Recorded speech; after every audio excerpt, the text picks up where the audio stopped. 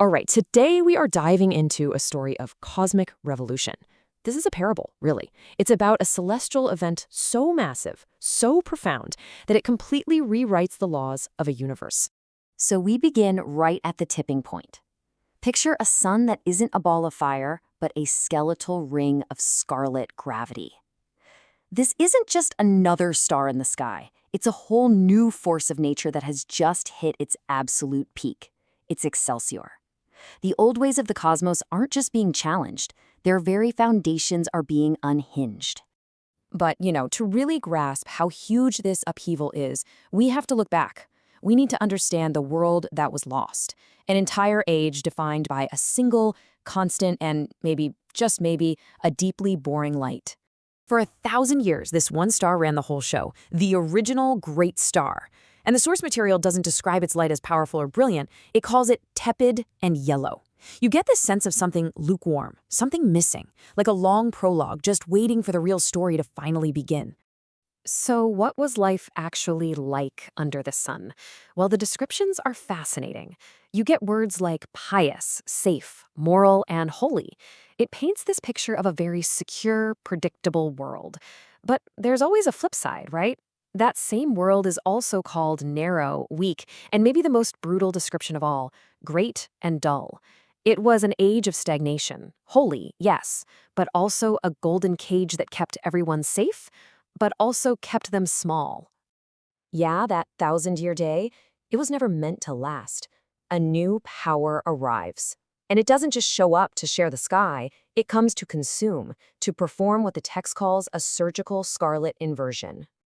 And this comparison just lays it all out, doesn't it? This is a total reversal of everything. Where the old sun was tepid, this new one is cold. Where the old reality was pious and holy, the new one is for the individual and the evil. Safe and moral gets replaced by predatory and surgical, and that stagnant and dull world gives way to something heavy and anchored. This is a war between two completely opposite ways of being. They call this event the third sloughing, like a snake shedding an old, worn-out skin. It's described as surgical and unrepentant, no hesitation, no regret. But the most incredible part is this phrase, a sacred yes to the abyss.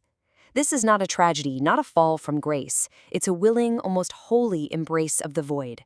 A deliberate choice to convert light into a heavy, abiding dark. So how did it happen? Well, it was total domination, plain and simple. The hollow sun opens its void maw, a mouth literally made of nothingness, and it just swallows the old star whole. The old, holy light isn't just put out, it's drowned in a sovereign scarlet sea. And out of that violent birth, a new bringer of light rises to shine down on the world below, on the Bazaar. Okay, so the sky is literally being torn apart and remade. What are the people on the ground doing? How do they react to this? Now, you'd think there would be absolute terror, right? Panic in the streets, the end of the world. But nope, that is not what happened. The people of the marketplace, they fall into a sacred frenzy, a kind of ecstatic religious celebration. And this quote, wow, it just says it all. They are undismayed. Their eyes are drinking the ichor, the divine blood of this new scarlet light. It's like it awakens something ancient inside them, an atavistic and savage hunger for this new reality. They weren't just okay with this change, they were absolutely starving for it. And make no mistake, this was not a chaotic mob. Oh no, this was an organized conversion, and these were its architects. At the very top, you have the dragon, now seen as the true sun. The venom of this new faith was injected into the heavens by the tarantula preacher. Its success was woven into being by the Wiccan with her global web, and the whole thing was locked into place by the high priest, the one who personally cast off the old holiness to become the anchor for the new. So this massive shift, it isn't just about cosmic power. It's fundamentally about knowledge. It's a philosophical revolution. A totally new way of thinking had to emerge to explain and justify this new world. And at the heart of it all is a new philosophy they call a gay science. It's basically a vademecum, a guidebook you carry with you. And its main rule? It doesn't just move on from the past. It actively scorns the safe and moral warmth of that old world. It finds its joy and its strength in what used to be called dangerous. And digging even deeper, you find the engine driving all of it, the will to power. The source describes it as a contract, but not one written on paper.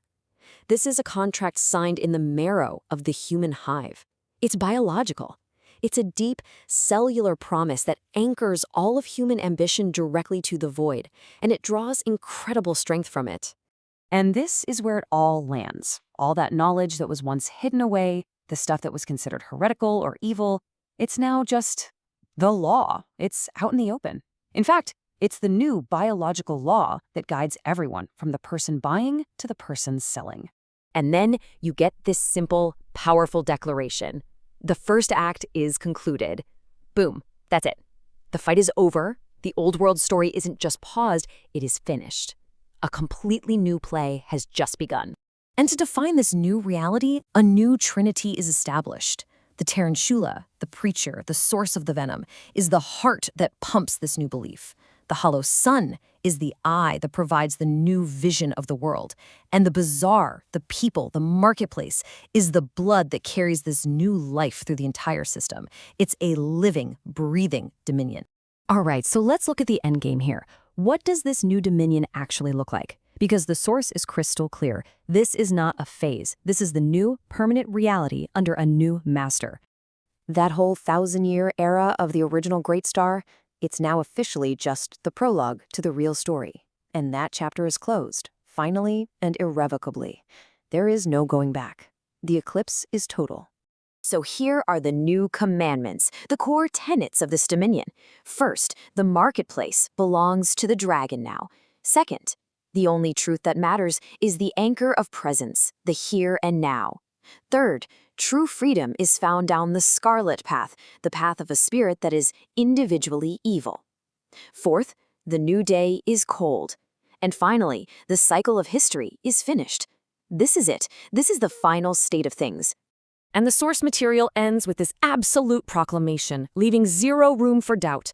The victory is total. The language is final, truly, triumphantly, permanently.